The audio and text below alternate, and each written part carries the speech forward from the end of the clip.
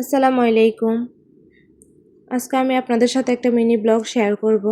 এটা আমার প্রথম ব্লগ। আমি জানি না আমার ব্লগটা কেমন হবে, তারপর আমি আপনাদের সাথে শেয়ার করতেছি।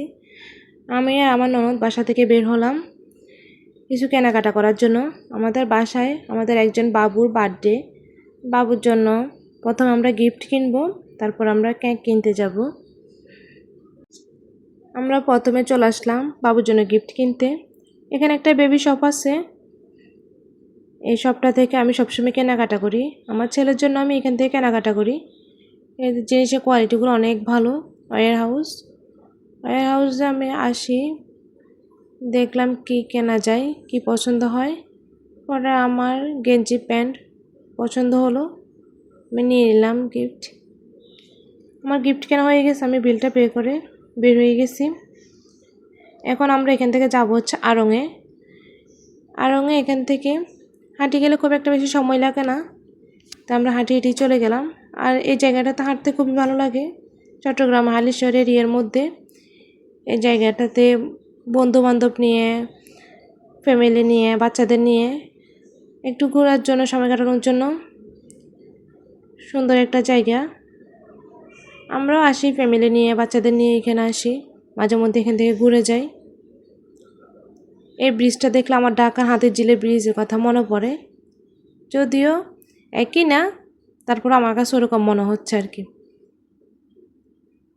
আমরা আড়ংয়ের সামনে চলে আসছি, রাস্তা পার করতেছি।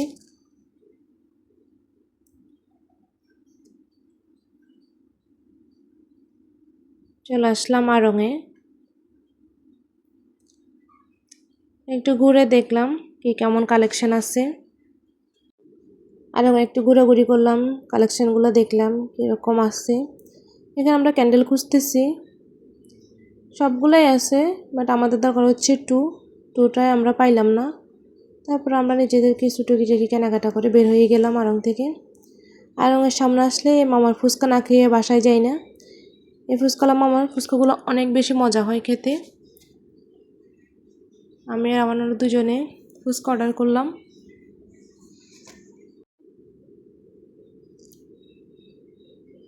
ওনার ফুচকাগুলা অন্যরকম লাগে আমার কাছে। দুজনে নিয়ে নিলাম ফুচকা খাওয়া শেষে আমরা চলে আসলাম ফ্লেভার্সে কেক কিনতে।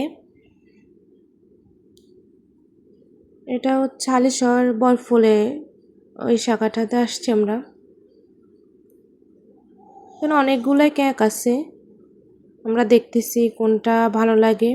চকলেট কেকই কিনবো, তারপর একটু দেখতেছি ভালো করে।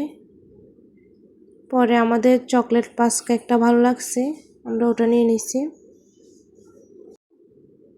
আমাদের কেক কেনা শেষ, আমরা এখন বাসার দিকে রওনা দিয়ে দিব।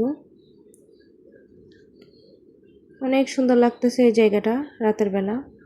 Thank you for watching.